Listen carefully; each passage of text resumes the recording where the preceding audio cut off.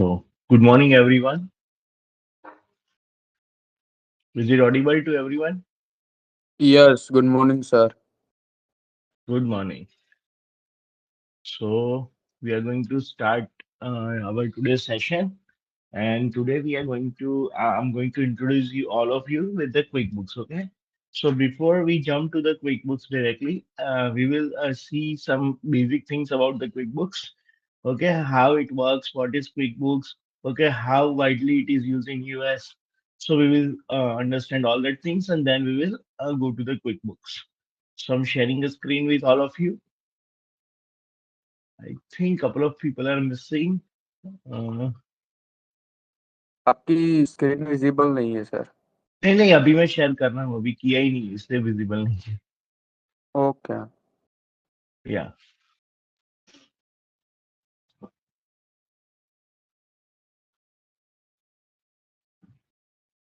Okay, now is it visible to everyone? Yes. Bharat भाई, आपने laptop से किया है ना ज्वाइन? हाँ सर, लैपटॉप से नहीं, मैंने सर मोबाइल से किया है। हाँ, तो आपको दिखेगा फिर आज क्विक बुक्स देखते हैं, अगर आपको नहीं दिखता है तो बताना फिर मेरे को. सर लैपटॉप भी है मेरे ठीक पास, है, उसमें लॉगिन करूँ क्या सर? क्या हुआ लैपटॉप का? लैपटॉप भी मेरे पास है, लेकिन मैंने मोबाइल में ही लॉगिन किया। आप बोल तो लैपटॉप में लॉगिन करो। हाँ, तो लैपटॉप में ही करो, आप ठीक है लैपटॉप से सर। ही करो. हाँ,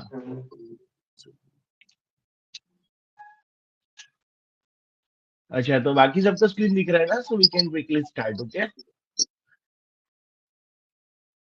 तो सब सो लैपटॉप में लॉगिन है सर क्या? Sorry.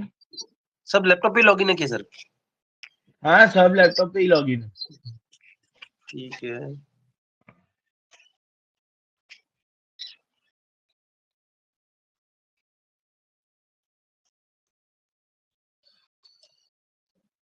So this is my first screen. यहाँ पे हम लोग क्या करने वाले हैं, सबसे पहले we are going to understand and. Bharat भाई, आप म्यूट कर दो ना अपने आप को. ठीक है सर, करता हूँ। हाँ हाँ हाँ हाँ. So we are going to understand QuickBooks versions, features and comparison. So basically क्या है कि क्विकबुक्स है वो दो टाइप के सॉफ्टवेयर, मतलब दो टाइप के मोड पे अवेलेबल है.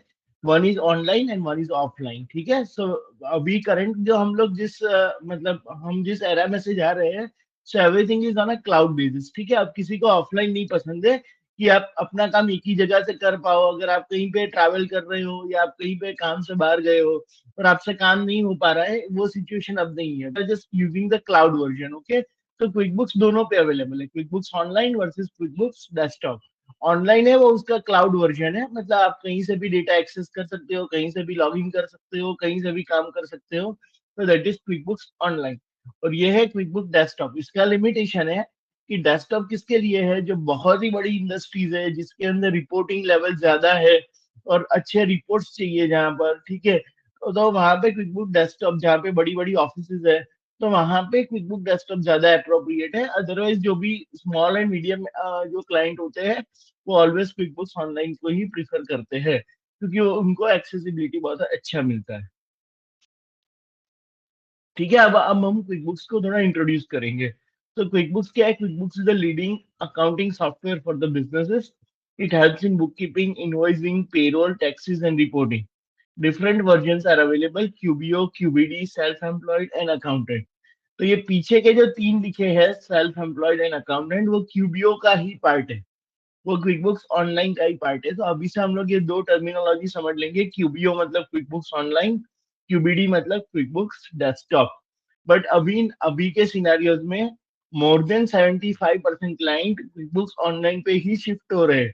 जो लोग क्विकबुक्स डेस्कटॉप में थे, वो लोग भी अब ऑनलाइन में वापस आ रहे हैं, क्योंकि उनको अभी क्या चाहिए, क्लाउड बेस्ड पे फैसिलिटी चाहिए, स्टोरेज का फैसिलिटी चाहिए, एक्सेसिबिलिटी का फैसिलिटी चाहिए इसके लिए. ठीक है. फिर क्या लिखा है कि choosing depends on your business needs. जैसे कि मैंने बताया कि आपका बहुत बड़ा इंडस्ट्री, मतलब मैन्युफैक्चरिंग जैसा कोई बिजनेस है, और आपको ये चाहिए कि मेरे को रिपोर्ट्स ज्यादा अच्छे चाहिए, मेरे को और डिटेल एनालिसिस चाहिए, तो क्विकबुक डेस्कटॉप थोड़ा ज्यादा अच्छा वर्जन है. ओके. अब क्या है, क्विकबुक्स ऑनलाइन के बेनिफिट्स जो मैंने बताया, वो क्लाउड बेस्ड है, access from any device, automatic updates and backups, monthly subscription and pricing. So सबसे बड़ा डिफरेंस यहाँ पे भी हो जाता है। क्विकबुक डेस्कटॉप वर्जन है वो ईआरपी बेस्ड है, मतलब वो ऑफलाइन वर्जन है, तो वो थोड़ा महंगा है, जबकि क्विकबुक्स ऑनलाइन कंपैरेटिवली सस्ता है। तो प्राइसिंग के लेवल पे आपका क्लाइंट अगर थोड़ा मिड साइज का है तो वो ऑलवेज क्विकबुक्स ऑनलाइन ही प्रेफर करेगा, क्योंकि उसको काफी सस्ता पड़ता है वो। ठीक है, स्ट्रॉन्ग कोलैबोरेशन एंड फीचर्स। तो क्या है कि क्विकबुक्स एक ही ऐसा सॉफ्टवेयर है अमेरिका का, तो जो आपको और किसी भी एप्लीकेशन के साथ वो इजीली सिंक हो जाएगा। जैसे कि वहां पे कुछ एप्लीकेशन चलते हैं कि आपको अगर अपना अकाउंट्स पेबल बिल्स वगैरह मैनेज करना है। एक सेकंड। आपको अगर अपना अकाउंट्स पेबल बिल्स वगैरह मैनेज करना है तो वहां पे bill.com करके एक सॉफ्टवेयर आता है, ठीक है, जो आपके वेंडर्स को मैनेज करता है, आपके कब आपको बिल्स इश्यू करने हैं, कब कब आपको बिल्स पे करने हैं, वो सब मैनेज करने में हेल्प करता है। तो वो एप्लीकेशन इसके साथ इजीली सिंक हो जाएगा। इवन दो आप अगर मान लो कि आपका अमेजोन के साथ बिजनेस है, आपका फ्लिपकार्ट के जैसे कोई मतलब जो बड़े बड़े ई कॉमर्स प्लेटफॉर्म है उसके साथ बिजनेस है, तो वहां पे आपके जो इनवॉइस रेज होते हैं वो सब क्विकबुक्स के साथ इजीली सिंकअप हो जाते हैं। तो अकाउंटेंट का काम बहुत ही रिड्यूस हो जाता है, उनको मैन्युअली इनवॉइस डालने बिल डालने का काम नहीं करना पड़ता है, सब कुछ क्विकबुक्स अपने आप सिंक कर लेता है। कोई भी पेरोल का सॉफ्टवेयर होता है जो हम आगे देखेंगे, एडीपी सॉफ्टवेयर, तो वो सॉफ्टवेयर वगैरह भी इसके साथ इजीली सिंक हो जाता है। तो क्विकबुक्स एक ऐसा मतलब ओपन सॉफ्टवेयर है कि आप किसी भी अदर सॉफ्टवेयर के साथ उसको सिंक कर सकते हो। और यहाँ पे उसके कुछ ऑनलाइन के प्लान्स बताए हैं, simple start, essential, plus, advance. इसमें क्या फर्क होता है कि जितना जितना आपका रिपोर्टिंग कॉम्प्लेक्स, जितनी जितनी आपकी अकाउंटिंग की मेथड कॉम्प्लेक्स, मतलब अगर आप इन्वेंट्री मैनेज कर रहे हो या फिर आपको कॉम्प्लेक्स रिपोर्टिंग चाहिए या आपका बिजनेस मल्टी करेंसी में है, जैसे कि आप जापान अमेरिका में हो लेकिन आप जापान जर्मनी वगैरह जगह पे ट्रेड करते हो, आपका पैसा मल्टीपल करेंसी में आता है, तो आपको ये प्लस और एडवांस जैसे वर्जन में जाना पड़ता है। अदरवाइज नॉर्मल और सिंपल स्टार्ट से शुरू कर सकते हो अपने अकाउंटिंग का प्लान। यहाँ तक किसी को कोई क्वेश्चन है तो बताओ मेरे को। एक मिनट। हाँ, इतना पता चला क्विक बुक्स के बारे में सबको? यस। सर क्विक बुक्स में ऑनलाइन और डेस्कटॉप में कितनी लिमिट होती है, उतने तक हम जा सकते हैं ऑनलाइन में? मतलब नंबर ऑफ यूजर्स की बात कर रहे हो आप? हाँ। हाँ, वो प्लान के ऊपर डिपेंड करता है। जैसे कि आप अगर सिंपल स्टार्ट वाला एकदम सिंपल प्लान लोगे तो उसमें ये लोग 3 यूजर आपको देते हैं, ठीक है। फिर आप एसेंशियल में जाते हो, प्लस में, एडवांस में, तो वहां पे आपकी लिमिट 3 से बढ़कर 5 हो जाती है एसेंशियल में। प्लस में और एडवांस में वो 25 तक चली जाती है, ठीक है। और क्विकबुक डेस्कटॉप में अभी तक कैसा था, बिफोर 2025 इसमें कोई लिमिट नहीं थी, आप कितने भी यूजर क्रिएट कर सकते हो एक बार आप उसको परचेस कर लोगे तो, ठीक है। लेकिन अभी उसने वो चेंज कर दिया, उसने ये कर दिया कि अब पहले मतलब क्विकबुक डेस्कटॉप कैसा था कि आपने एक बार परचेज किया, ठीक है, 2022 का वर्जन, तो आप कितने भी साल तक उसको चलाओ वो कोई एक्स्ट्रा चार्ज नहीं लेता था, वो वन टाइम सॉफ्टवेयर कॉस्ट था। लेकिन अभी उसने एनुअल सब्सक्रिप्शन कर दिया है, तो अभी आपको हर साल क्विकबुक डेस्कटॉप भी नए से परचेज करना पड़ेगा। बट अभी भी उसमें यूजर की कोई लिमिट नहीं है, आप एज नंबर एज यूजर आप ऐड कर सकते हो। ओके, ठीक है।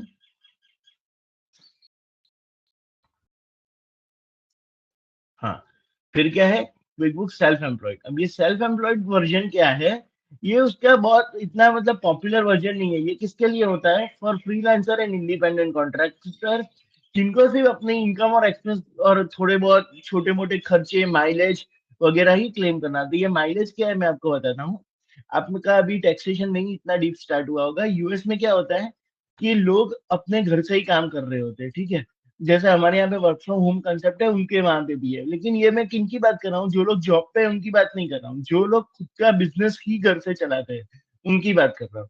तो उनका कैसा होता है कि फॉर एग्जाम्पल आपका पूरा घर है, ठीक है, उसमें से आप एक कमरा ऑफिस के लिए यूज कर रहे हो। तो ये लोग क्या करते हैं कि जितना भी एक्सपेंसिस आता है पूरे घर का, उसका 50% या 35% जितना भी वो लोग घर यूज कर रहे हैं बिजनेस के लिए, तो उतना एक्सपेंस बिजनेस में डालते हैं, बाकी का पर्सनल में डालते हैं।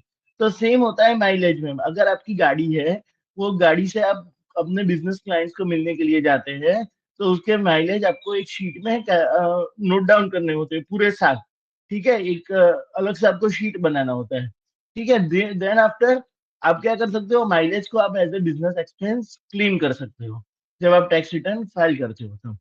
तो ये लोग क्या करते हैं, माइलेज को ट्रैक करते हैं। तो क्विकबुक्स आपको, अगर आपको मैन्युअली नहीं करना है तो क्विकबुक्स आपको माइलेज ट्रैक करने में हेल्प करता है, ठीक है। ये सारे फीचर्स हम लोग जैसे ही आज क्विकबुक स्टार्ट होगा तो वन बाय वन हम सबको देखने वाले हैं कि वो माइलेज कैसे ट्रैक करने में हेल्प करता है, ठीक है। फिर एस्टिमेट क्वार्टरली टैक्सेस,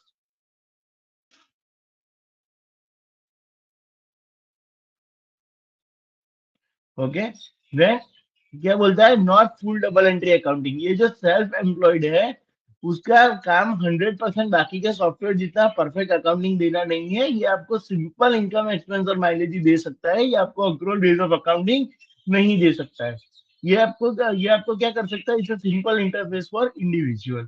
तो ये वर्जन इतना पॉपुलर नहीं है, ठीक है। देन क्विकबुक अकाउंटेंट, तो QuickBook accountant is for the accountants and the bookkeeper. QuickBooks online accountant is a free. ये आपको सिर्फ सीखने के लिए उन्होंने बनाया है, ठीक है। ये आपको 30 डेज का ट्रायल पीरियड मिलता है, आप यहाँ पे सीख सकते हो आके, और उसके बाद आपको सब्सक्रिप्शन जो भी पसंद है वो आप ले सकते हैं, ठीक है। तो ये क्या करता है, multiple clients in one place, special to that. इसमें मतलब सारे फीचर्स है, आप जर्नल एंट्रीज डाल सकते हो, ट्रायल बैलेंस बना सकते हो, ठीक है। Desktop accountant offers year and tool, पूरा ईयर एंड कर सकते हो, लेकिन ये जस्ट आपके सीखने के लिए, समझने के लिए है क्विकबुक्स को। This is not a permanent version, ठीक है। तो देखो यहाँ पे लिखा हुआ है, simple start, basic income expense tracking, essential है तो bill management and 3 users, plus है तो inventory project tracking and 5 users, advance है तो custom reporting and 25 plus users. ये शीट में ग्रुप में दे दूंगा आपको, जब भी ये पीपीटी देखना हो तो आप बेसिक अंडरस्टैंडिंग के लिए देख सकते हैं। और हमें ये क्यों समझना है, क्योंकि जब आप जॉब करोगे तो 99% तो सिनेरियो यही होगा कि आपका क्लाइंट ही आपको क्विक बुक्स का वर्जन देगा, और वो जो वर्जन यूज कर रहा है सेम वर्जन आपको यूज करना पड़ेगा, ठीक है। आपको कंटिन्यू करना है। लेकिन कभी कभी अगर कोई नए क्लाइंट आते हैं तो वो ऑलवेज अकाउंटेंट्स को पूछते हैं कि सर मैं कौन सा यूज करूं, can you guide me which version I should use. तो आपको पहले उसको कुछ क्वेश्चन पूछने पड़ेंगे, उसका टर्नओवर कितना है, वो कौन से बिजनेस इंडस्ट्री से बिलोंग करता है, उसके नंबर ऑफ एम्प्लॉयज कितने हैं, उसको कितने यूजर्स की रिक्वायरमेंट है। ये सारे क्वेश्चन आपको उसको पूछने पड़ेंगे, एंड बेस्ड ऑन दैट आपको डिसीजन लेना पड़ेगा कि कौन सा वर्जन उसको यूज करना चाहिए, ठीक है। आप एक बार गूगल पे भी जाओगे, quick books version and pricing लिखोगे तो भी आपको बहुत सारा डिटेल का चार्ट आपको वहां पे भी पढ़ने को मिलेगा। तो ये क्वेश्चन का बताए, जब क्लाइंट एज ए अकाउंटेंट हमसे कुछ एक्सपेक्टेशन लेके आता है और ही आस्क मी और ही आस्क यू कि सर मुझे कौन सा यूज करना चाहिए, तब आप ये सारे आंसर उसको समझाने पड़ेंगे आपको। किसी का कोई क्वेश्चन है इसमें?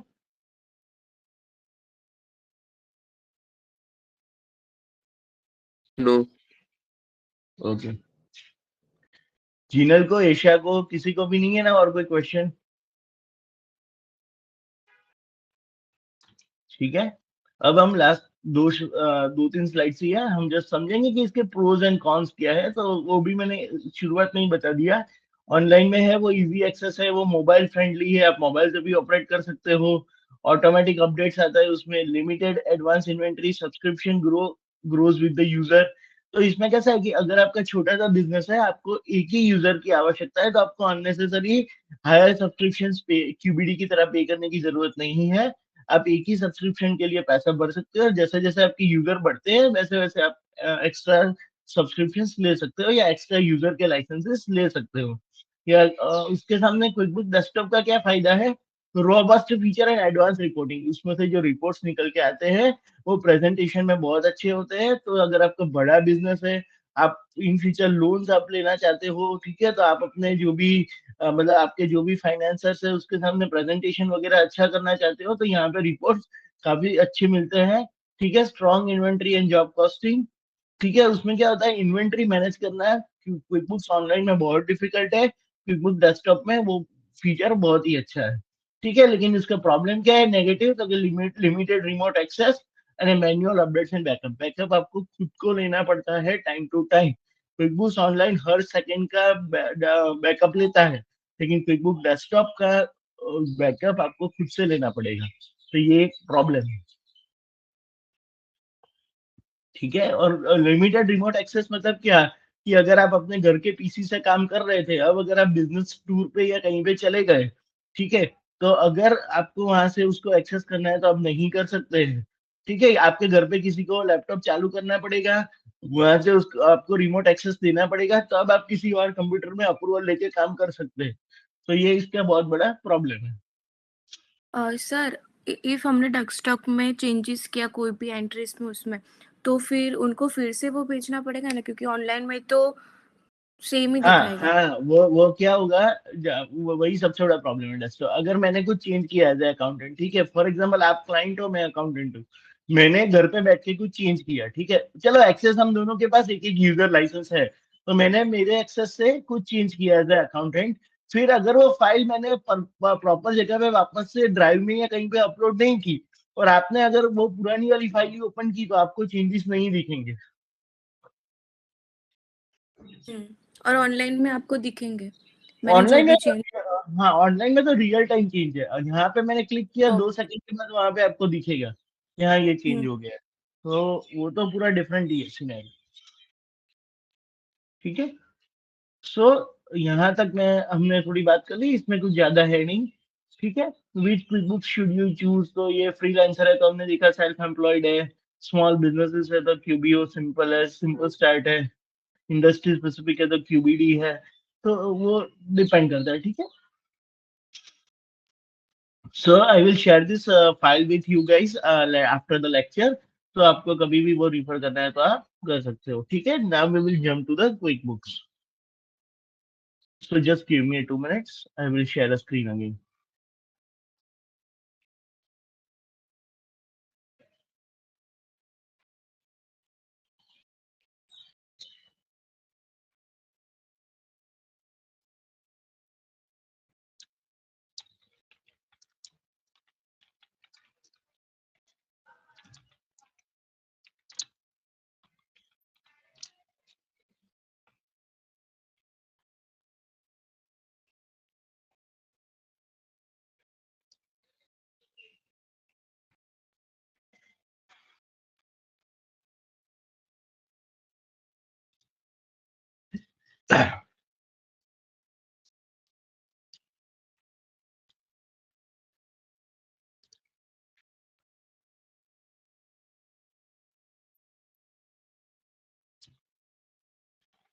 सबको मेरा स्क्रीन दिख रहा है QuickBooks का? Yes sir. Okay. Yes So ये हाँ, so this is the QuickBooks online. Intuit इसका पेरेंट कंपनी है। इंट्यूट का ये प्रोडक्ट है QuickBooks, ठीक है। इंट्यूट के काफी सारी प्रोडक्ट्स मार्केट में है। ये अकाउंटिंग के लिए QuickBooks है, ठीक है। फिर सॉफ्टवेयर के लिए उसका प्रो कनेक्ट है, ठीक है। फिर मेलचिम्प करके उसका मार्केटिंग टूल है। बहुत ही सारे पॉपुलर जो भी क्या बोलते हैं प्लेटफॉर्म्स है वो इंट्रोड्यूस करता रहता है, and it is very successful company in the US. So all ऐसा हम बोल सकते हैं कि स्मॉल और मीडियम एंटरप्राइज वाले जो भी क्लाइंट है यूएस के अंदर, उसमें 90% से भी ज्यादा लोग क्विकबुक्स यूज करते हैं। It is that much popular, ठीक है। जैसे आप इंडिया में टैली समझ लो। तो यहाँ पे this is a very basic. आप जब क्विकबुक्स को ओपन करते हो तो आपको इस तरह का सिंपल पहले तो एक डैशबोर्ड दिखाया जाता है। और अच्छी बात आप लोगों के लिए ये है कि अभी तक जब मैंने लास्ट बैच लिया था तब तक क्विकबुक्स अपने ओल्ड वर्जन में ही था। अभी ये उसका एआई बेस्ड वर्जन आ गया है, ठीक है। और ये पूरा का पूरा अकाउंटेंट्स को हेल्प करता है और ट्रांजेक्शन्स को वेरीफाई करने में, रिक्लासीफाई करने में, उसको कैटेगराइज करने में बहुत हेल्प करता है। तो ये एकदम नया लुक है उसका एआई वाला। तो हम इसको अच्छे से समझेंगे कि ये कैसे यूज होता है, ठीक है। सो पहले हम लोग बेसिक स्टार्ट करते हैं।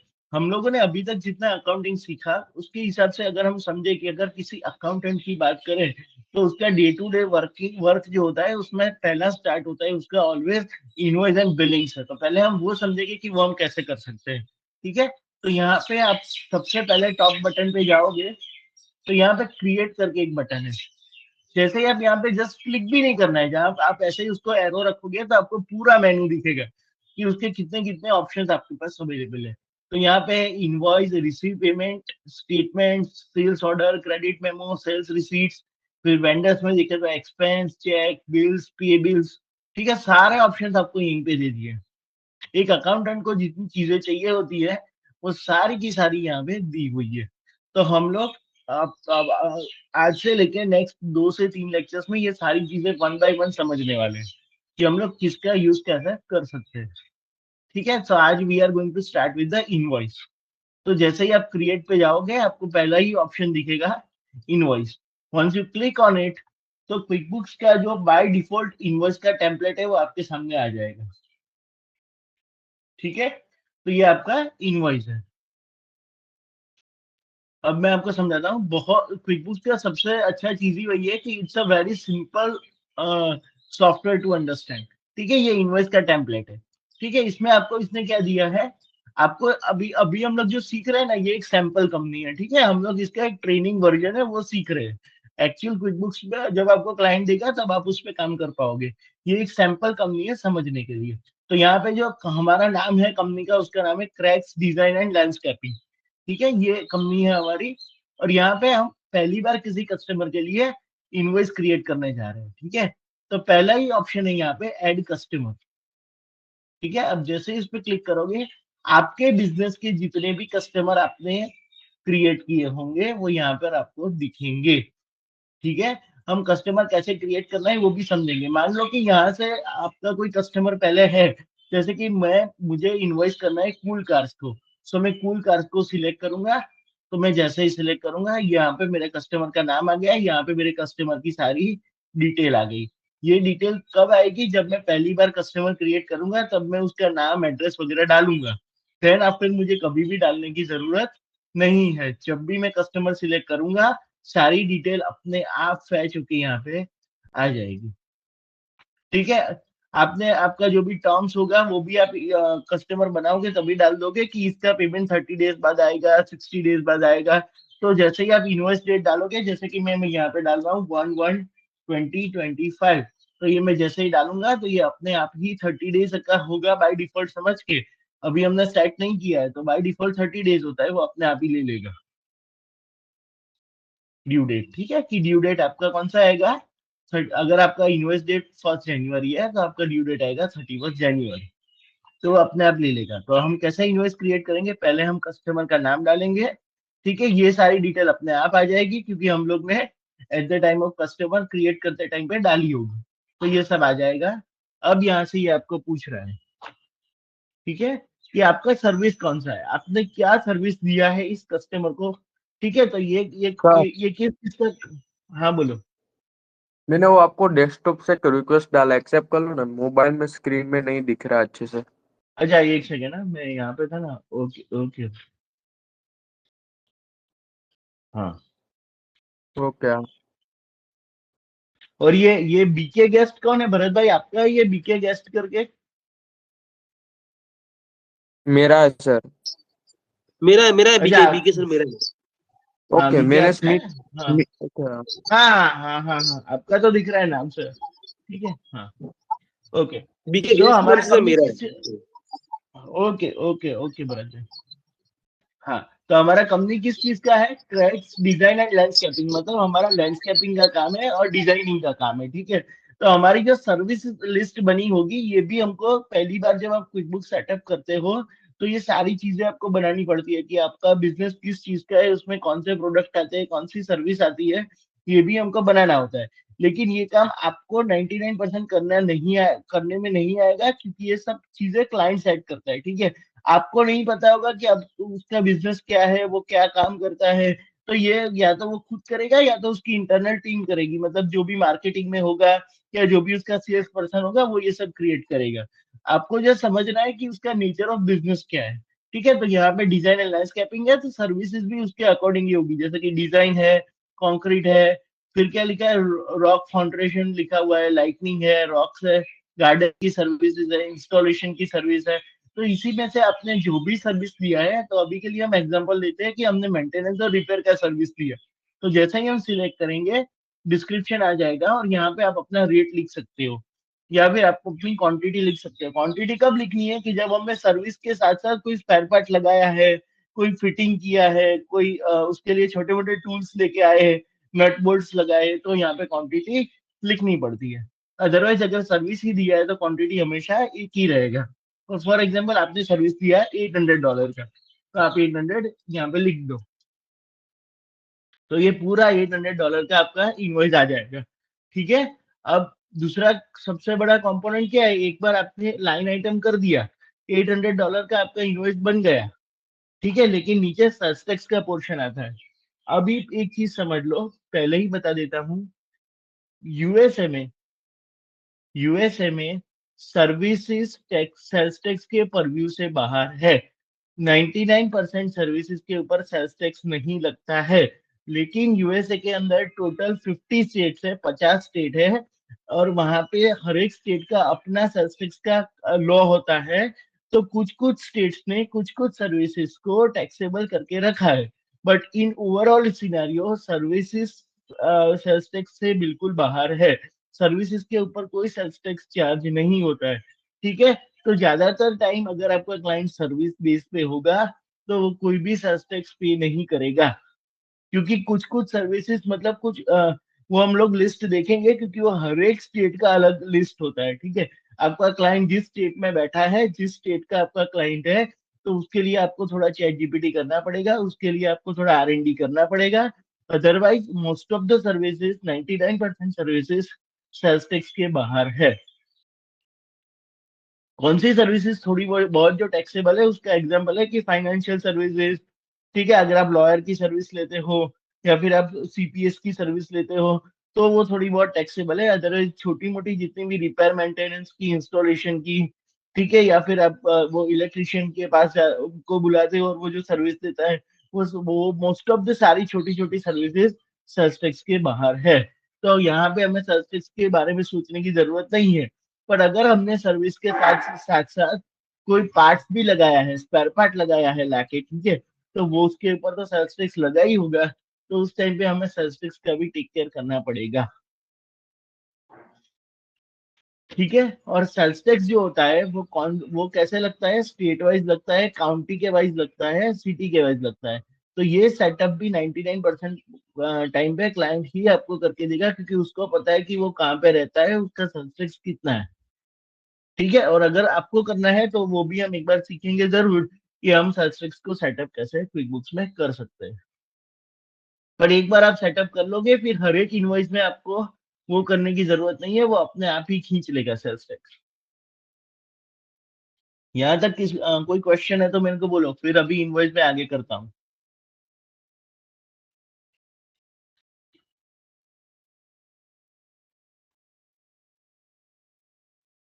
ईशा समझ में आ रहा है?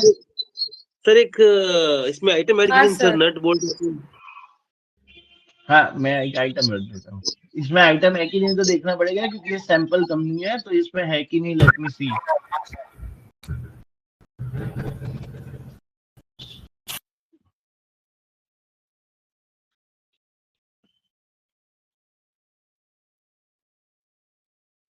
हाँ देखो, जैसे ही मैंने सॉइल रखा, ठीक है, यहाँ पे, तो कितना आया, 2 क्यूबिक ये आइटम आ गया। तो एक है क्वांटिटी का रेट अपने आप उसने ले लिया, कितना ले लिया, 10।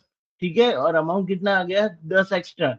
पर यहाँ पे भी उसने देखो लिख के दिया है आपको, टैक्सेबल कितना है, 0.0%। समझ रहे हो आप? तो अब यहाँ पे अगर अगर मेरे को सेल्स टैक्स यहाँ पे सेटअप करना है, तो मैं यहाँ पे क्लिक कर सकता हूँ। ठीक है। फॉर एग्जाम्पल मैं यहाँ पे जाता हूँ और इसको ऑन करता हूँ। ठीक है, 1 मिनट। नहीं, ये सर्विस, ये इसको इसने सॉइल है वो भी टैक्सेबल है ही नहीं। अगर टैक्सेबल होता तो यहाँ पे ये अपने आप ही टैक्स को कैलकुलेट कर लेता, लेकिन यहाँ पे ये टैक्सेबल नहीं है। तो हमें कोई ऐसी प्रोडक्ट इनके पास नहीं है, ये पूरा सर्विस वाला क्लाइंट है, तो इसके अंदर ऐसा कोई चीज ही नहीं है जिसके ऊपर आप टैक्स लगा सकते हो। ठीक है। सारा कुछ, सारा आप देखो सर्विसेज ही है। अगर आप रॉक्स भी डालते हो तो रॉक्स में भी टैक्स तो नहीं ही आएगा। ठीक है। वो आपको ही चूज करना है कि कितना है। ठीक है, नहीं है, यहाँ पे भी अमाउंट खुद से ही डालना है। तो यहाँ पे इनका जो सैंपल कंपनी है उसमें कोई भी ऐसा आइटम नहीं है जो टैक्सेबल बना सके। तो हम अलग से देखेंगे कि हम टैक्स कैसे ऐड कर सकते हैं, ठीक है।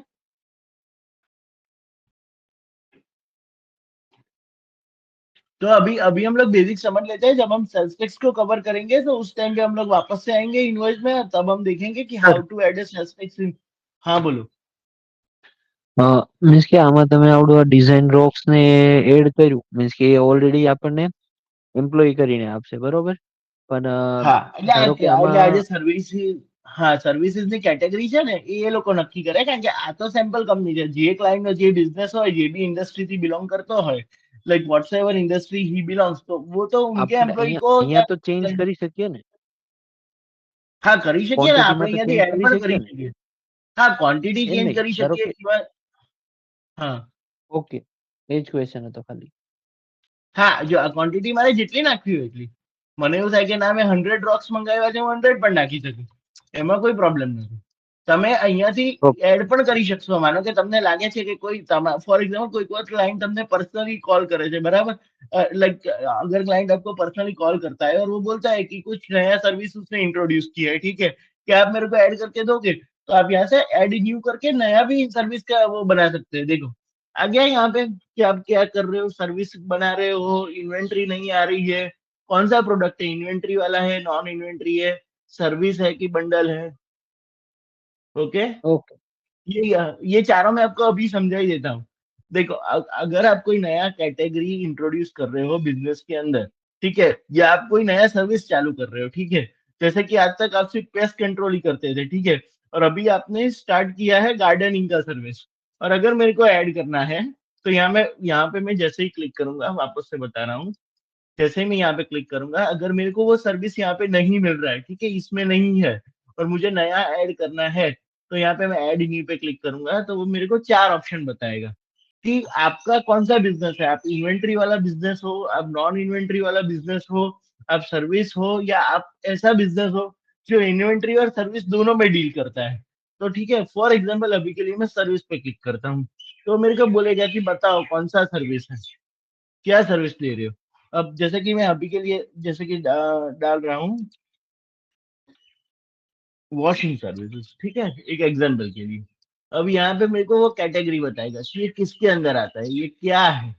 अगर कैटेगरी भी यहाँ पे नहीं है तो मैं कैटेगरी को भी ऐड कर सकता हूँ, ठीक है। तो कैटेगरी का नाम डालना है, फॉर एग्जाम्पल मैं बोलता हूँ वॉशिंग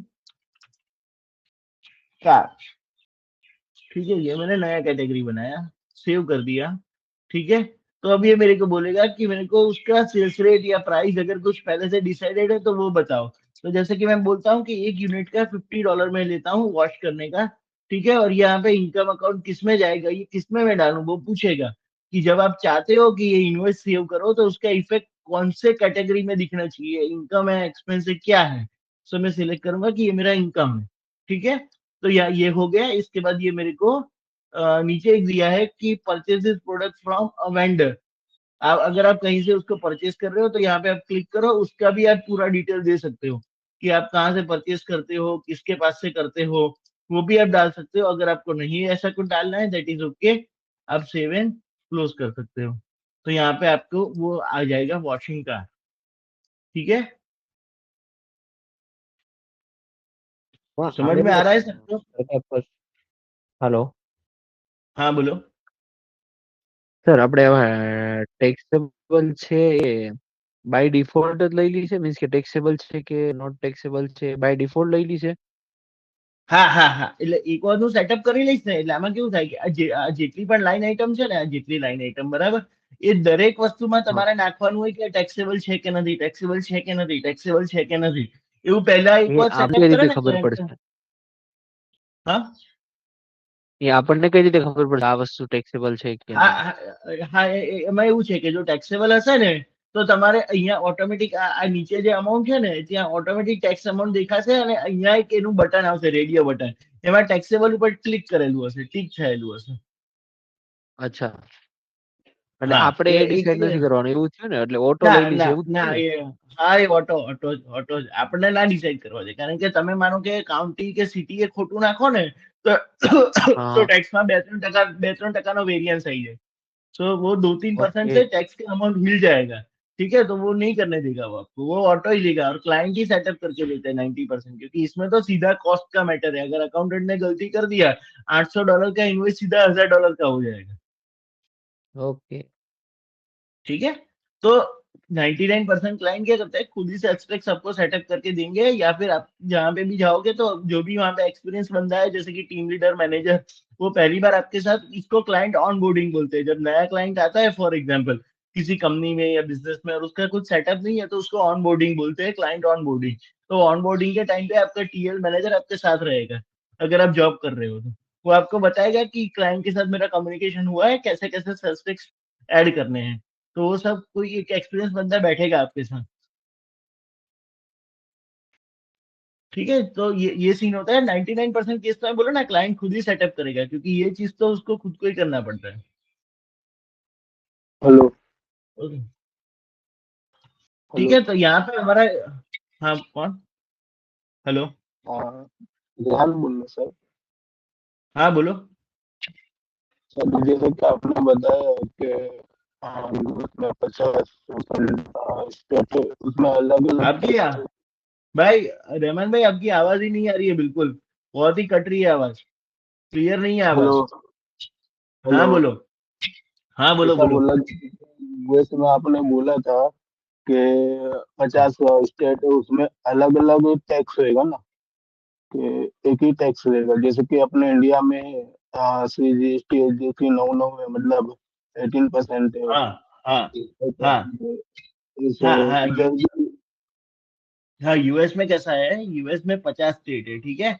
यूएस में कैसा है कि सेल्स टैक्स का जो रिस्पॉन्सिबिलिटी दिया गया है ना, वो पूरा का पूरा स्टेट को ही दिया गया है, ठीक है। उसमें फेडरल का मतलब, जैसे अपने सेंट्रल गवर्नमेंट होती है ना, वैसे फेडरल का उसमें कोई पार्टी नहीं है, ठीक है। सेल्स टैक्स कलेक्ट करने की टोटल रिस्पॉन्सिबिलिटी स्टेट को दी गई है, ठीक है। तो हर एक स्टेट का अपने बिजनेस एनवायरनमेंट के हिसाब से टैक्सेबिलिटी में बहुत फर्क है। हर एक स्टेट का अपना इंडिविजुअल टैक्स टैक्स सिस्टम चलता है वहां पर सेल्स टैक्स के मामले में, ठीक है। तो हर एक का अपने तरह उनका सीजीएसटी एसजीएसटी नहीं है, सब जगह पे सेल्स टैक्स ही लगता है, लेकिन परसेंटेज सबके अलग है, कौन सी प्रोडक्ट टैक्सेबल है, कौन सी नहीं टैक्सेबल है, वो हर एक स्टेट अपने हिसाब से डिसाइड करता है, परसेंटेज भी अपने हिसाब से डिसाइड करता है। तो उसको याद करने की जरूरत नहीं कि वो ऑटो रहेगा। नहीं नहीं, ना ना ना, वो कोई कर ही नहीं सकता। मैं और आप 10 साल काम करोगे तो भी आप 50 स्टेट का याद नहीं रख सकते सेल्स टैक्स का। अभी मैं आपको एक अच्छा एग्जांपल देता हूँ। मेरा खुद का एक क्लाइंट है, वो 25 स्टेट्स में डील करता है, ठीक है। तो उसका जो सेल्स टैक्स होता है, वो मेरे को मंथली क्वार्टरली फाइल करना पड़ता है, ठीक है। हर एक स्टेट का अपना रिक्वायरमेंट है, कोई आपको मंथली फाइल करने को बोलेगा, कोई क्वार्टरली बोलेगा, कोई सेमी एनुअली बोलेगा, ठीक है। तो ये सारी चीजें मैंने एक शीट में याद इतना करके रखा है कि कौन सा स्टेट का कौन सा फ्रीक्वेंसी है, कौन मंथली पे है, कौन क्वार्टरली पे है, ठीक है। लेकिन मैं भी थर्ड पार्टी टूल है अवालारा करके एक टूल आता है अवालारा, तो वही पूरा कैलकुलेशन गेम वगैरह वो सब वही करता है। मैं जस्ट डेटा वहां पे अपलोड करता हूँ वेरीफाई करके, क्योंकि 25 स्टेट का टैक्सेशन मेरे को नहीं आने वाला है इसके लिए, ओके। कृणाल है ना। सर, हाँ बोलो। अभी हमारे इंडिया में कैसा है कि एक स्टेट से दूसरे हाँ स्टेट में जाते हैं, हाँ, ट्रांजेक्शन करते हैं तो आईजीएसटी लगता है। Correct correct. तो आप बोल रहे हो कि स्टेट वाइज अलग अलग सिनेरियो है टैक्स का, हाँ परसेंटेज अलग हाँ अलग। तो कोई बंदा एक स्टेट से दूसरे स्टेट में ट्रांजेक्शन कर रहा है या कोई सर्विस ले रहा है या दे रहा है, हम्म। तो उसका हम्म, टैक्स कैलकुलेशन कैसे होगा? मान लो कि एक होता स्टेट है। में, हाँ हाँ, समझ गया, पूरा पूरा एक्सप्लेन करता हूँ आपका हाँ डाउट। अच्छा, बहुत बढ़िया क्वेश्चन है। वहां पे एक टर्मिनोलॉजी यूज टैक्स करके आता है। यूज टैक्स, सेल्स टैक्स अलग है, यूज टैक्स अलग है, और जनरली लोग बोलते हैं इसलिए कि sales and use tax, okay. तो यूज टैक्स क्या होता है, जैसे कि फॉर एग्जांपल मैं कैलिफोर्निया में बैठा हूँ, ठीक है, और मेरे वहां पे जो सेल्स टैक्स का रेट है वो 7% है, ठीक है। आप बैठे हो कनेक्टिकट में, और आपके वहां पे सेल्स टैक्स का रेट है 5% पे, ठीक है। तो मैं क्या करता हूँ, स्मार्टनेस यूज करके 5% में कनेक्ट टिकट से माल परचेज करता हूँ, और यहाँ पे 7% में कस्टमर को बेच रहा हूँ, ठीक है। मतलब कि 2% जो एक्स्ट्रा टैक्स है वो मेरे जेब में जा रहा है सीधा सीधा, ठीक है, क्योंकि मैं तो 7% पे कलेक्ट करके गवर्नमेंट को बेचता हूँ, और मेरे को पड़ता मात्र 5% में ही है, ठीक है। तो इसके लिए आप ऐसा नहीं कर सको, इसके लिए वहां पे यूज टैक्स को लाया गया है। यूज टैक्स का मतलब क्या है कि आप जिस स्टेट के मतलब आपका जो होम स्टेट है, होम स्टेट मतलब जहाँ पे आपका बिजनेस रजिस्टर्ड पहली बार हुआ था, वो आपका होम स्टेट है। अगर आप अगर आप किसी चीज की या प्रोडक्ट को परचेज करते हो जिसके अंदर लगा हुआ सेल्स टैक्स आपके होम स्टेट से कम है, तो आपको जो डिफरेंशियल है मतलब 7% माइनस 5%, वो 2% पे आपको यूज टैक्स पे करना पड़ेगा।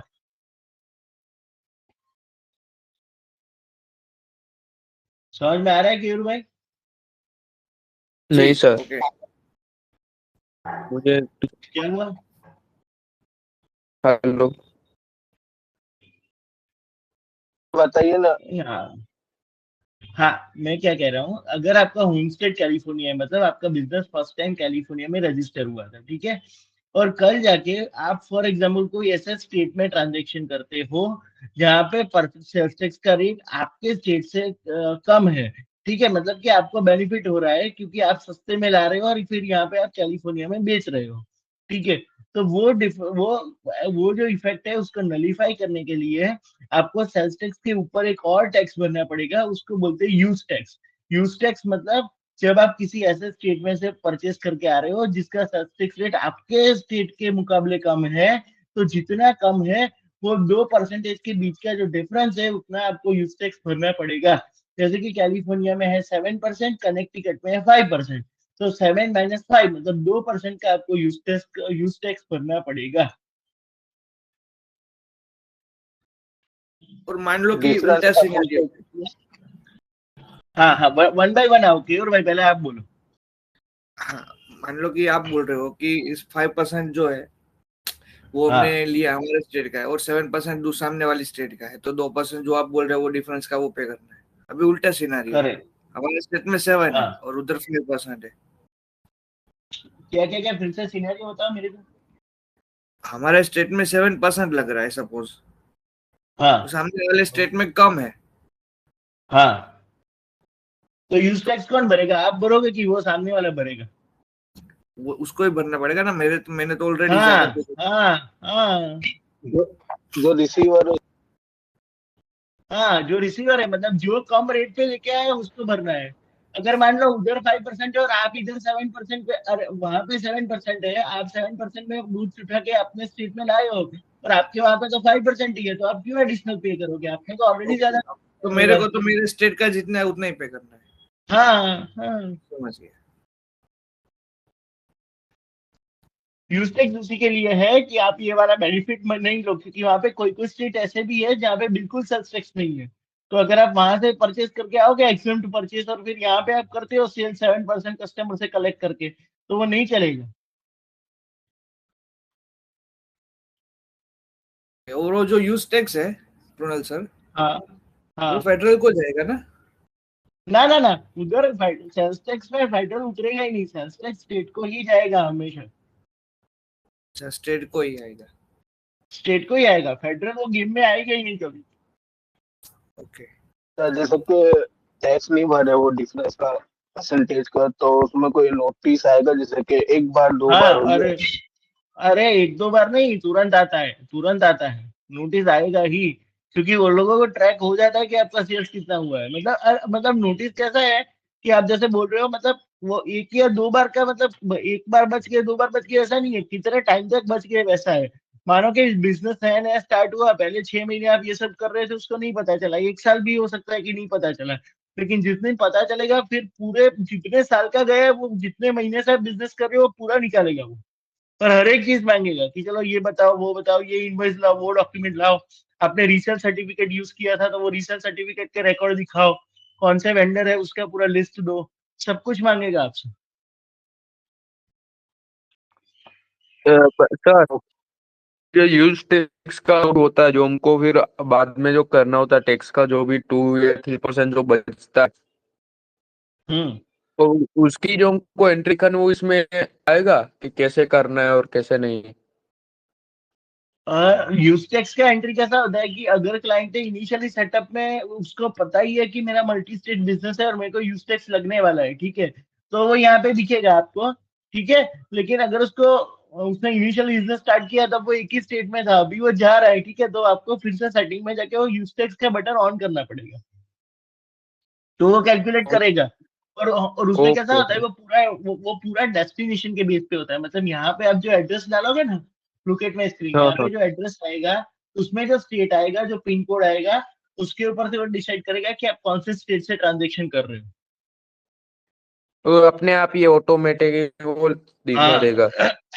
हाँ हाँ, ओके ठीक है। आपको सेल्स टैक्स यूज टैक्स में एक चीज समझना है, आपको परसेंटेज कितने हैं वो गेम में पढ़ना ही नहीं है, वो आपको याद रहने भी नहीं वाले हैं, तो आपको परसेंटेज याद करने की जरूरत ही नहीं है, वो उसके लिए इतने सारा सॉफ्टवेयर हमको दिए हुए हैं। नहीं ये गूगल सिर्फ चैट जन जीपीटी में भी। हाँ हाँ बोलो। कॉलेज के लिए मैं पूछ रहा था कि ये वो तुम फिर कैसे करना होता है इसमें। क्या? आपका आवाज कट गया थोड़ा। नहीं नहीं आप बोल रहे हो ऑटोमेटिक होता है कि वो टैक्स अपने आप ही वो ले लेगा। हाँ हाँ, वो आपको नहीं डालना है, आपके पास बहुत। हाँ, अभी अभी देखो मैं समझाता हूँ, मैं ये जो क्लाइंट की मैंने अभी बात की ना कि 25 से ज्यादा स्टेट में उसका बिजनेस है, ठीक है, तो कभी कभी क्या होता है कि वो कोई नई जगह पे उसने बिजनेस स्टार्ट किया, ठीक है, कोई नई काउंटी में, सिटी में, तो मेरे को भी वो परसेंटेज नहीं पता होता है, तो मेरे को भी चैट जीपीटी करना पड़ता है, जेमिनी करना पड़ता है, मेरे को भी अंडरस्टैंड पढ़ना पड़ता है, ये अच्छा ये वाला काउंटी में इतना परसेंटेज ज्यादा लगेगा, उसके अकॉर्डिंग उसको पूरा सेटअप करके देना पड़ता है। तो आपको परसेंटेज याद नहीं रहने वाले, वो आपको थोड़ा बहुत तो गूगल चैट जीपीटी करना ही पड़ेगा उसके लिए। प्रोडक्ट के ऊपर टैक्स बट डिसाइड सर हाँ એના प्रोडक्ट લો के માં ऊपर એવું કઈ टैक्स લખેલું डिसाइड નથી। होता एक मिनट, वन बाय वन आओ। रहमान भाई आपको क्वेश्चन है तो पहले आप बोल लो, फिर मैं नीलेश भाई को बोलता हूँ। है। ऐसा बोल रहा हूँ कि प्रोडक्ट के ऊपर टैक्स डिसाइड होता है, सेल टैक्स। हाँ, प्रोडक्ट के ऊपर होता है, उसमें हमारे जैसा ही है, प्रोडक्ट्स के ऊपर होता है कि ये कितने परसेंट वाला है, मतलब जनरली कैसा है कि वैसे तो उन्होंने काफी फ्लैट रेट रखा है कि बहुत ज्यादा वेरिएंस नहीं आएगा, लेकिन आप कुछ स्पेशल प्रोडक्ट्स यूज कर रहे हो, ठीक है, जैसे कि अब टोबैको है, या फिर वहां पे कैनबिस करके आता है, क्योंकि वहां पे ड्रग्स अलाउड है, तो वो जो वीड के पत्ते आते हैं, कैनबिस आती है, तो वैसी प्रोडक्ट्स है, टोबैको है, ठीक है, अल्कोहल है, तो वहां पे आपका परसेंटेज थोड़ा चेंज हो जाएगा। अदरवाइज नॉर्मल काफी वो लोग फ्लैट रहने का ट्राई करते हैं, जो भी बेसिक नेसेसिटी वाली चीजें हैं या फिर डे टू डे लाइफ में यूज होने वाली है, तो उनका रेट इतना वेरिएंस नहीं आएगा। लेकिन अगर आप ये टाइप की चीजें जो मतलब मेनली अल्कोहल वगैरह है, वहां पे आपको चेंजेस देखने को मिलेगा। ओके।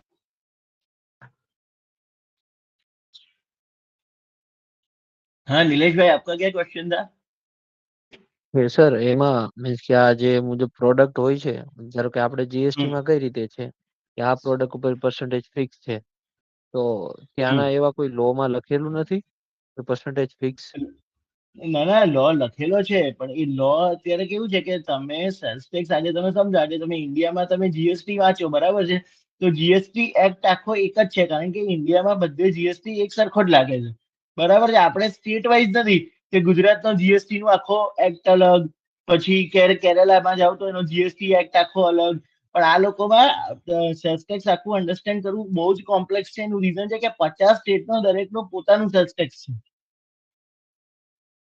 તો કઈ વસ્તુ ક્યાં ટેક્સેબલ છે ક્યાં નથી, એ કોઈને કોઈ સીપીએ હશે ને જે 30-40 વર્ષથી પ્રેક્ટિસ કરતો હશે, એને બી આટા આવી જાય જયારે સેલ્સ ટેક્સ કરવાના હોય ત્યારે, આટલા બધા સ્ટેટમાં, કારણ કે બધા શું કે સેલ્સ ટેક્સ ના લો યાદ તો રહેવા જોઈએ ને આપણને માણસ તરીકે। હમ હા, અને તમને એ બી કહી દો, એટલે મોસ્ટ ઓફ લોકોને નહીં ખબર હોય કે જો તમે સીપીએ થાવ છો, એટલે કે તમે સીપીએ નું લાયસન્સ લો, બરાબર, તો સીપીએ નું લાયસન્સ છે ને એ આપણે પેન ઇન્ડિયા જેવું નથી, તમારે સ્ટેટ વાઇઝ લેવું પડે કે તમે કયા સ્ટેટના સીપીએ છો, તમે કેલિફોર્નિયાના સીપીએ છો, બરાબર, કે તમે ફ્લોરિડાના છો, કે તમે કનેક્ટિકટના છો, કે તમે ટેક્સાસમાં છો, ક્યાં છો ને એ સીપીએ નું લાયસન્સ તમને એ લોકો સ્ટેટ વાઇઝ આપે છે, એ લોકો તમને આખા પેન યુએસએ માં પ્રેક્ટિસ કરવાની હા નહીં પાડે, અચ્છા બરાબર, પછી થોડા તમારે બીજા સ્ટેટમાં। લાઈક કયા હા કયા બોલો। સ્ટેટનું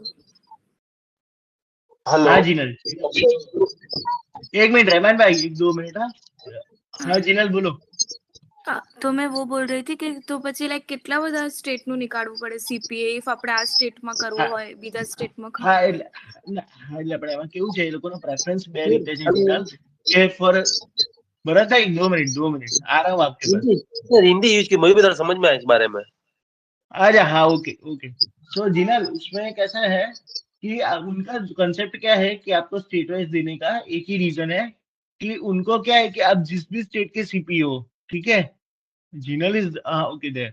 हाँ तो मतलब फॉर एग्जांपल आप कैलिफोर्निया से सीपीए किया है तो उनका ऐसा मानना है कि आपके जो इनिशियल क्लाइंट होंगे वो आप अपने स्टेट में से बनाओ रादर देन कि आप दूसरे स्टेट में जाओ। तो ये कंसेप्ट है, ठीक है।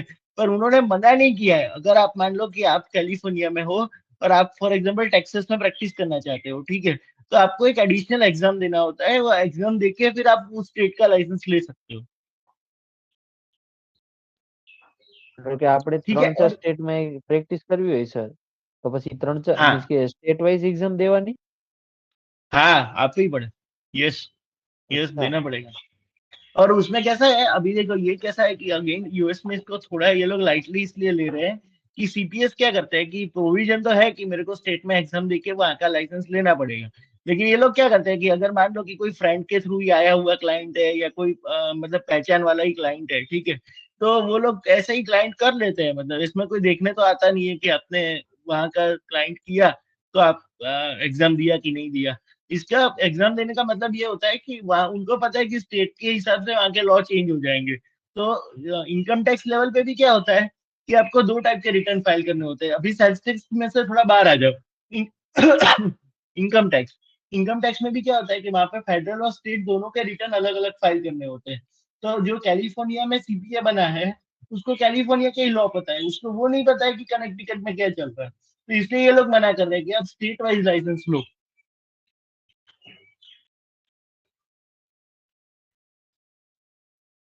समझ रहे हो? तो ये हमारे पे जैसे चार्टर्ड अकाउंट के जैसे मजे नहीं है कि एक एग्जाम दिया तो आप पूरे इंडिया में चार्टर्ड अकाउंटेंट हो, वैसा नहीं है, वहां पे स्टेट वाइज जाना पड़ेगा।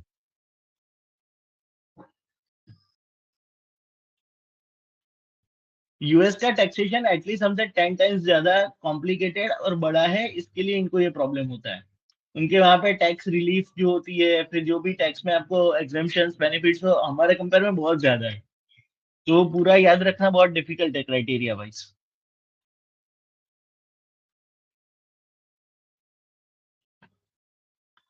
Hello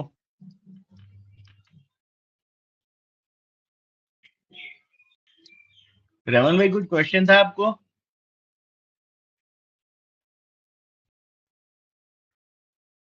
hello, audible? Is it audible to everyone? Yes sir. Sir हाँ तो किसी को कोई क्वेश्चन नहीं है तो फिर मैं आगे जाऊं? No sir.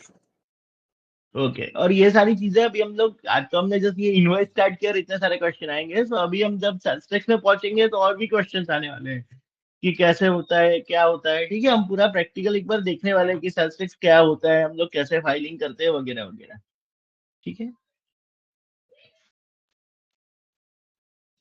तो यहाँ पे जैसे ही हम सेव पे क्लिक करेंगे तो સર हाँ बोलो। સર સર ખાલી એક ક્વેશ્ચન હતો. ઇફ મારું 5% છે, સામેવાળાનું 7% છે, તો મેં એમની પાસેથી લાઈક માલ કલેક્ટ કર્યો, તો મારે 7% પરચેસ કર્યો, ટેક્સ હા ભરવાનો. હા, તો પછી હા હું જે તો એમને 2% કરવાનો કે નહીં કરવાનો એ કંઈ કન્ફ્યુઝ છું. એટલે એમને 2% કરવાનું એટલે તમે કીધું હતું ને કે વાઇસે વર્સા ઇફ મારે તો એમને 2% યુઝ ટેક્સ ભરવાનો. હું સમજાવું તમને, આપણે एकदम शांति से समझिए। फॉर एग्जांपल તમે कैलिफोर्निया, भरत भाई मैं आपको हिंदी में बताऊंगा बाद में, मैं समझ गया। हाँ सो जीनल, આમાં વસ્તુ શું છે કે આપણે શાંતિથી એક એક્ઝામ્પલ સમજીએ। ફોર એક્ઝામ્પલ તું કેલિફોર્નિયામાં છું અને સામે જે પર્સન છે એ કોઈ બીજા સ્ટેટમાં છે, કોઈ પણ એક સ્ટેટમાં, બરાબર। હવે ત્યાંથી તું જે પરચેસ કરે છે ને એ 5%માં તને પડે છે, અને તું અહીંયાથી જે કલેક્ટ કરે છે ને કસ્ટમર પાસેથી એ તું 7% માંથી કલેક્ટ કરે છે, બરાબર। કારણ કે તારા સ્ટેટનો રેટ કેટલો છે? 7% છે, એટલે તારે કલેક્ટ કેટલા પર કરવું પડે? કસ્ટમર પાસેથી 7%થી, બરાબર।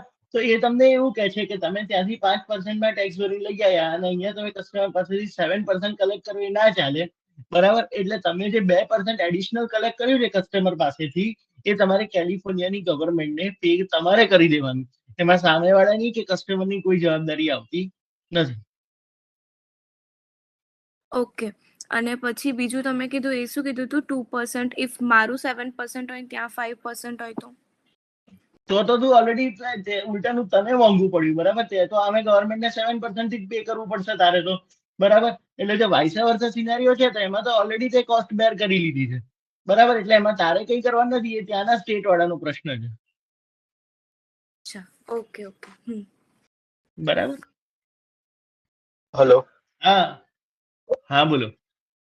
ऐसा बोल रहा सर, वो जब वो रिसीवर जो कस्टमर रहेगा तो उसको बताना हाँ पड़ेगा, तो आगे पेमेंट मतलब आगे 7% देना देगा, तो वो कन्वेंस होएगा, ऐसा ऐसा कुछ सिस्टम रहेगा जैसे वो मान ना जाए? ना ना ना ना ना ना ऐसे कस्टमर को नहीं बोल सकते भाई. अपने एक एक कस्टमर को बताने जाएंगे कि मैं यहाँ से माल लेता हूँ तो मेरे को थोड़ा महंगा पड़ता है, या यहाँ से लेता हूँ मेरे को सस्ता पड़ता है, आप मेरे को एडजस्ट कर. ऐसा नहीं होता है.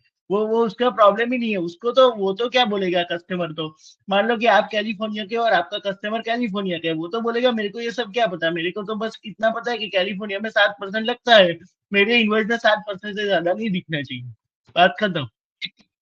डायरेक्ट उसको कैलिफोर्निया का इनवॉइस देना पड़ेगा? ना ना ना ऐसा नहीं होता है. कस्टमर से अपने को बात ही नहीं करनी होती है. आपका गवर्नमेंट का और आपकी थर्ड पार्टी जहां से परचेज किया उसका मैटर है. कस्टमर को हम इन्वॉल्व ही नहीं करेंगे इसमें. ओके. हाँ, उसको क्या पता, वो तो कस्टमर तो पढ़ा लिखा हो नहीं हो, आपको क्या पता, वो तो नहीं ना समझेगा आपको. ठीक है.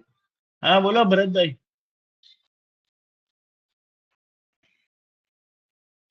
कुछ क्वेश्चन है आपको भरत भाई? सर वो जिनल ने क्या बोला उसमें, थोड़ा हिंदी में बताइए सर उसमें.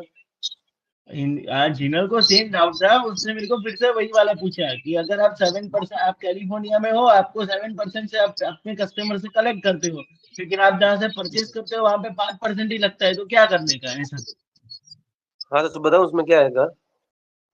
हाँ तो उसमें क्या आता है, मैंने बोला ना कि आप कलेक्ट कितने परसेंटेज से कर रहे हो, 7% से, और आपको मिला कितने में है, 5% में. तो वो जो आपने बीच का 2% जो है वो आपको माइनस करके कैलिफोर्निया, मतलब वो 2% आपको कैलिफोर्निया गवर्नमेंट को पे करना पड़ेगा.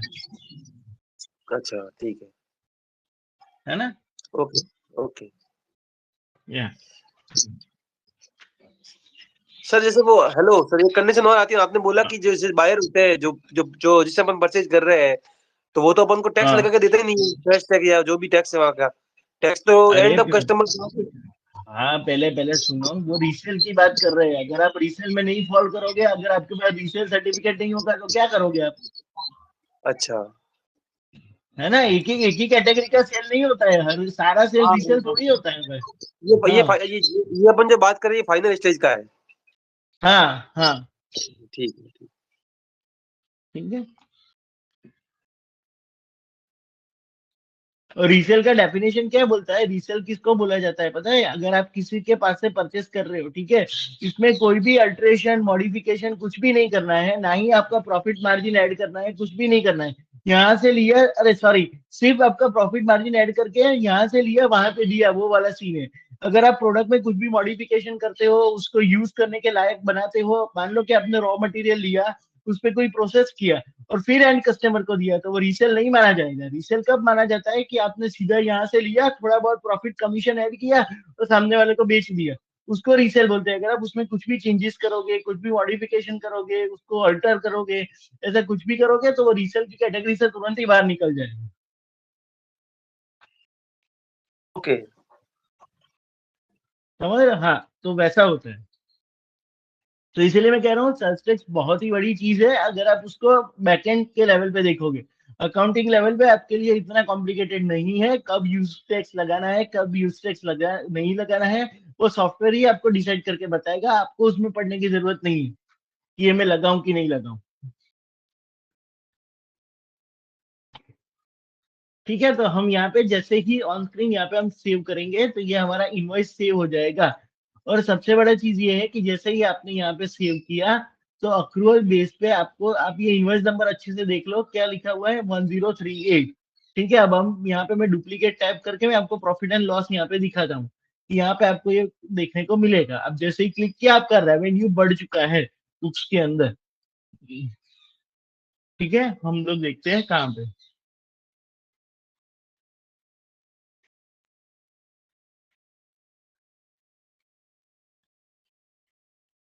अब हम लोग आ चुके हैं यहाँ पर प्रॉफिट एंड लॉस के अंदर। ठीक है,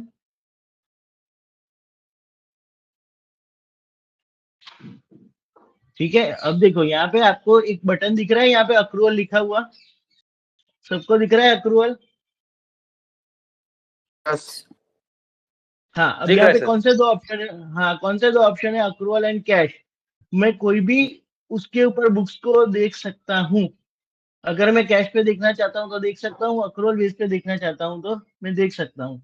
ठीक है, अब यहाँ पे मेरे को जीनल या एशिया में से कोई एक बताएगा कि मैंने इनवॉइस रिकॉर्ड किया है, तो मुझे कौन सी बुक्स ऑफ अकाउंट के ऊपर मेरे को वो दिखेगा, कौन से मेथड के बुक्स ऑफ अकाउंट पे मेरे को वो दिखेगा?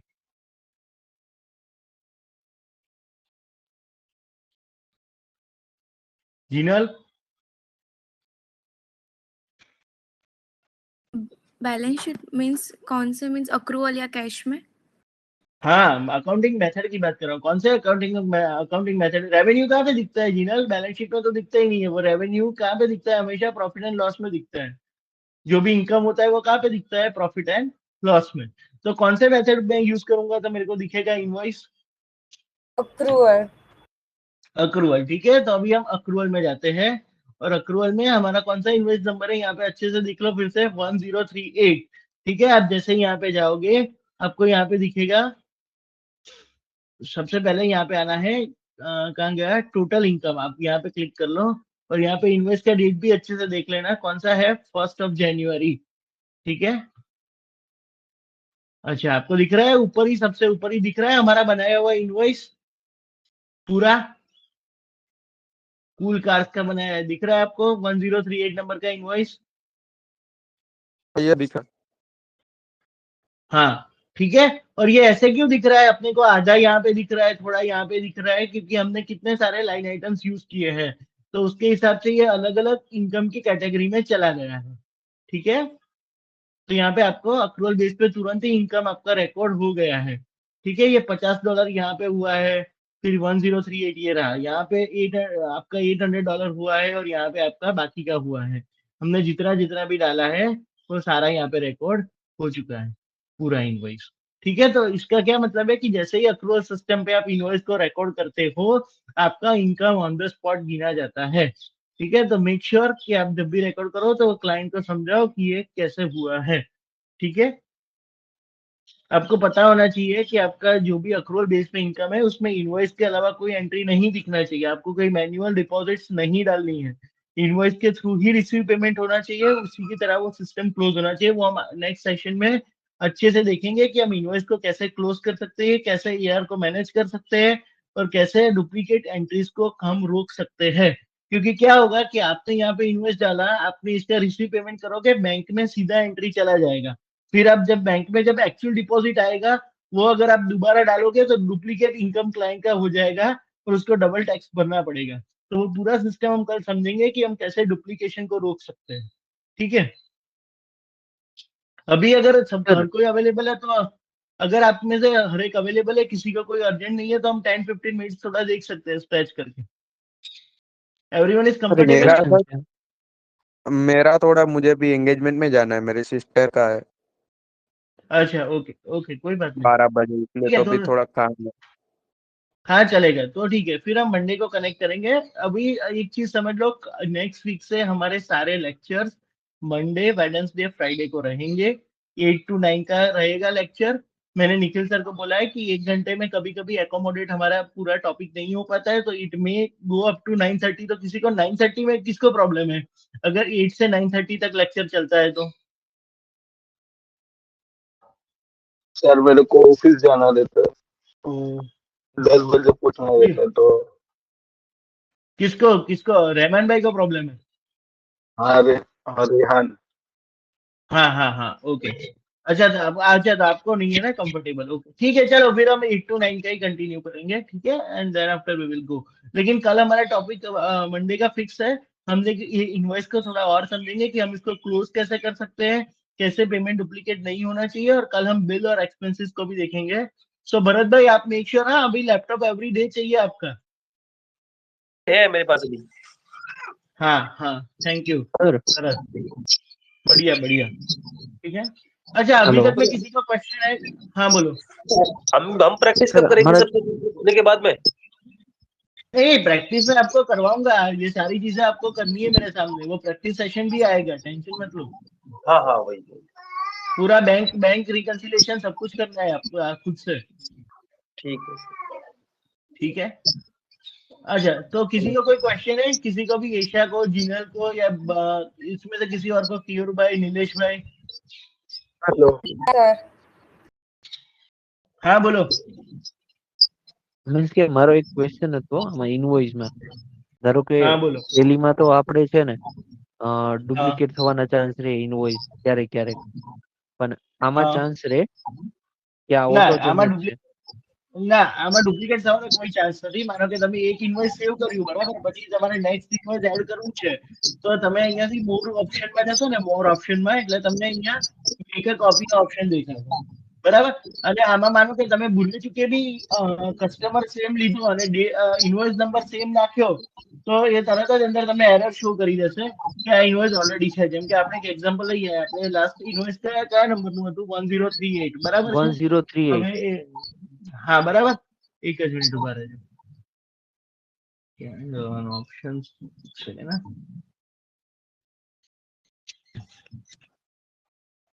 નહીં, કારણ ઓકે, કે મેં એટલે કાલે આમાં એવું છે એક્ઝામ ને, મેં દીધી ને ના ના, હા હા, તો એમાં ક્વેશ્ચન પૂછેલો હતો એટલે કહું છું એટલે કઈ એક્ઝામ આપી તમે? ઇન્ટરવ્યુમાં. અચ્છા, ઇન્ટરવ્યુમાં તમે એક્ઝામ આપી, ઓકે. ના ના, ક્વિકબુક્સમાં ડુપ્લિકેટ થવાના ચાન્સ એટલે આ છે ને સેમ્પલ કંપની છે. બાકી કાલે છે ને એવું છે ને, તો હું તમને મારું એક પર્સનલ ક્લાયન્ટ છે ને, એનું ક્વિકબુક્સ તમને ઓપન કરીને બતાવીશ. એમાં અહીંયા ઉપર છે ને ઇન્વોઇસ નંબર નાખવાનું તમને એક બટન એક્સ્ટ્રા મળે, બરાબર. આમાં કેવું છે, સેમ્પલ કંપની છે ને, એટલે ક્વિકબુક્સ પોતે ઇન્વોઇસ નંબર અસાઇન કરે છે. પણ એમાં હું તમને બતાવીશ કે તમે ડુપ્લિકેટ ઇન્વોઇસ નંબર સેમ નાખશો ને 1038, તો એ ઓટોમેટિક સીધી એરર જ શો કરી દેશે કે આ ઇન્વોઇસ ઓલરેડી રેકોર્ડેડ છે, you can not record it. Okay. બરાબર છે. હા, પણ જો કારણ કસ્ટમર બદલાઈ ગયો, એટલે માનો કે કસ્ટમર તમે ચેન્જ કરી નાખ્યો, બરાબર છે, તો બીજા કસ્ટમરમાં તમને નંબર યુઝ કરવા દેશે ફરી વખત. હું કાલે ગયો તો ને એક્ઝામ દેવા, તો આપણે જે 2 હા દિવસમાં ભણ્યા ને એમાંથી હા 80% એમાંથી જ હતું, બધા ટર્મ્સ ને એ બધા.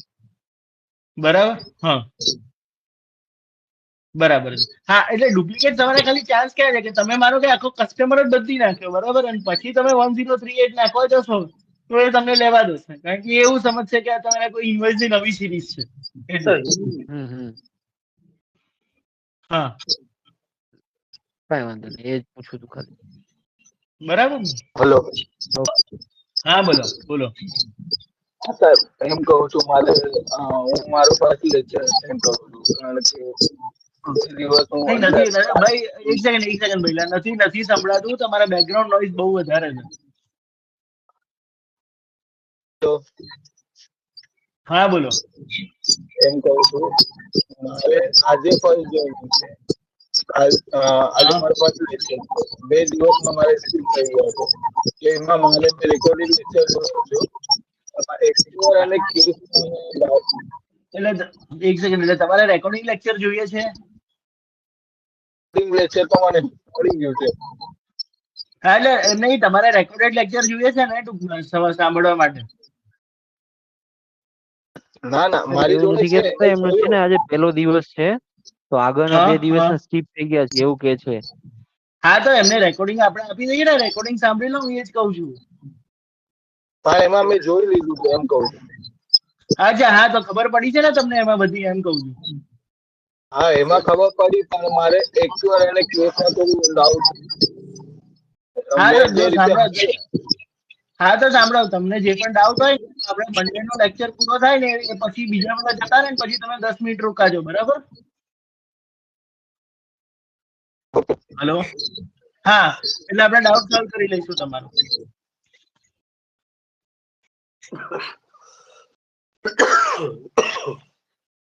हाँ भरत भाई, कुछ इम्पोर्टेंट नहीं था, आपने कुछ मिस नहीं किया है, टेंशन मत लो। ठीक है सर, ठीक है। हाँ ठीक है। So everyone we will meet tomorrow 8 AM। Okay and कल हमारा पूरा ये इनवॉइस और बिलिंग का ही पूरा समझने का सेक्शन है कि कैसे हम लोग उसको रिपोर्ट्स में देखेंगे, अकाउंट रिसीवेबल पेबल्स क्या होता है वो सब हम लोग थोड़ा स्लो जाना है क्योंकि यही सबसे इम्पोर्टेंट है। ठीक है, अकाउंटिंग आप लोग खुद से पढ़े, वो मटेरियल आप भी पढ़ सकते हो, लेकिन जो ज्यादा आपको काम में आने वाला है वो क्विक बुक्स है, तो ज्यादा समझना आपको सॉफ्टवेयर साइड पे ही है। सर एक तो ये पूछ रहे थे सर, जैसे सब कंट्री में ये काम आ जाएगा, जैसे ऑस्ट्रेलियन भी ज्यादा रिक्वायरमेंट रह रही है तो आ जाएगा काम में? और मतलब देखो यूएसए कनाडा में तो काम में आएगा ही आपको सबसे ज्यादा। ठीक है, हाँ। उसके बाद ऑस्ट्रेलिया में भी कैसा है, ऑस्ट्रेलिया में 40-60 है, मतलब 60% जितना जेरो यूज होता है, 40% क्विक बुक्स यूज होता है, तो वहां पे भी आपको ऑस्ट्रेलिया में भी थोड़ा बहुत काम में आ ही जाएगा। ठीक है, so US Canada UK Australia यहाँ पे आपको ये सॉफ्टवेयर देखने को मिल सकता है। उसके बाहर का मेरे को आई डोंट थिंक सो कि इतना ज्यादा है। Okay okay. ठीक, ऐसा नहीं है वैसे QuickBooks is in more than 100+ countries. बहुत सी कंट्रीज में उसके ऑपरेशंस चलते हैं, लेकिन फिर उतने ज्यादा क्लाइंट आपको नहीं दिखेंगे जितने यूएस में दिखेंगे। अच्छा अच्छा ठीक है। हाँ, उसने इंडिया में भी ट्राई किया था, बट इंडिया में it was not successful at all, तो उसने अपने ऑपरेशंस इंडिया में बंद कर दिए फिर, क्योंकि इंडिया में नहीं चलने का एक ही रीजन है, वो कितना भी अच्छा सॉफ्टवेयर बनाए। ठीक है, हमारे यहाँ पे हर महीने का $25-50 कोई क्लाइंट अकाउंटिंग सॉफ्टवेयर में खर्च ही नहीं करेगा। हाँ सही। आपने इधर मुफ्त ढूंढने वाले हैं सब। मुफ्त और फिक्स देने वाले हैं, बस फिक्स थोड़ा हाँ बहुत बस, हाँ पूरे साल में 2-3 हजार दे रहा है तो बराबर है। बराबर। और सर मैं ये बोला था, जैसे सर ने जो शीट भेजी है, जो उन्होंने ट्यूसडे का बोला है, मंडे का नहीं है।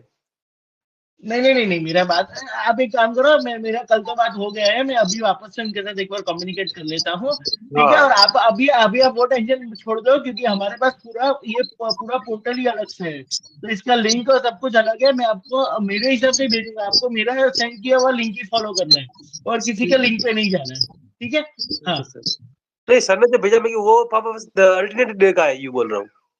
हाँ, वो अल्टरनेट तो मैंने बोला ना, वो मंडे, वेडनेसडे और फ्राइडे का है। मैं उनसे एक बार फिर से कंफर्म कर लेता हूँ, अगर कुछ चेंजेस है तो मैं ही नोटिफाई करूंगा ग्रुप में। ठीक है कि ये चेंज हुआ है। सर थोड़ा ये वो वाला बता दीजिए सर, मैं क्या बोल रहा हूँ, मतलब कि जैसे ये जैसे किसी स्टेट में, जैसे कैलिफोर्निया में टैक्स कम है, और अपन जहाँ जिस चीज को बेचेंगे ना, जैसे जहाँ जहाँ से मतलब जहाँ बेचेंगे वहाँ कम है, जहाँ से खरीदा वहाँ ज्यादा है, तो उसको कैसे कौन सी में करना है? तो वहां पे आपको कोई एक्स्ट्रा यूज टैक्स नहीं भरना है, क्योंकि आप ऑलरेडी ज्यादा देके ही आए हो, तो वहां अच्छा पे कुछ भी यूज टैक्स नहीं लगेगा। हाँ, तो जो वहां ज्यादा पे कुछ भी लेते हैं नहीं वो पे तो करना। कॉस्ट कटिंग तो बढ़ गई इनसे, जो मतलब कॉस्ट ज्यादा कम होनी थी वो तो बढ़ बट गई।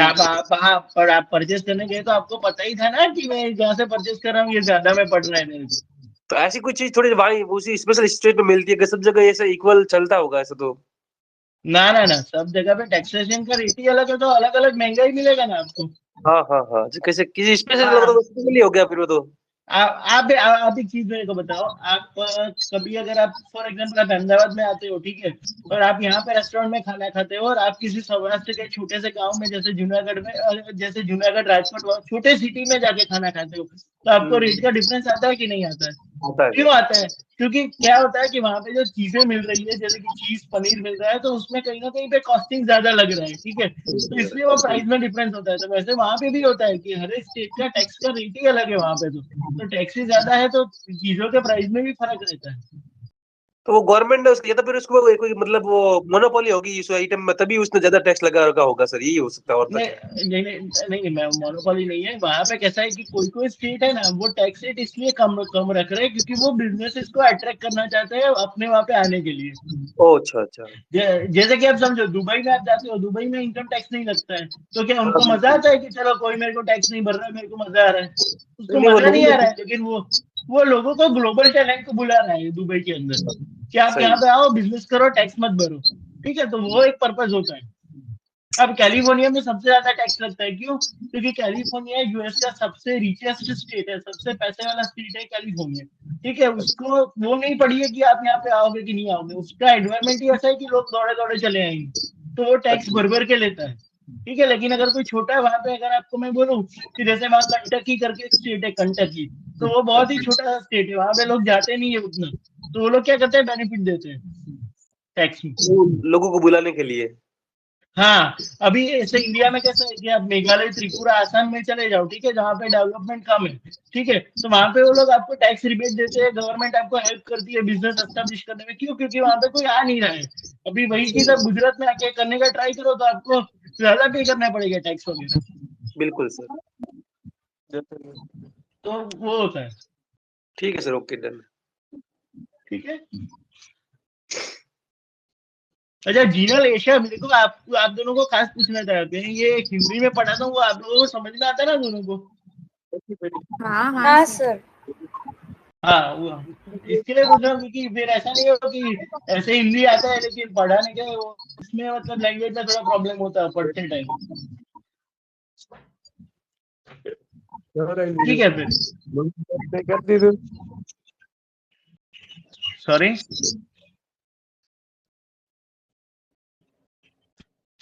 ठीक है, और कोई डाउट नहीं है ना किसी को? Then we can end this lecture. Okay okay sir આનું રેકોર્ડિંગ ક્યારે મોકલશો પછી? રેકોર્ડિંગ આજે જશે, બપોર સુધીમાં જ આવી જશે તમારી પાસે, બરાબર? Okay everyone, then we will meet tomorrow. Okay, good bye.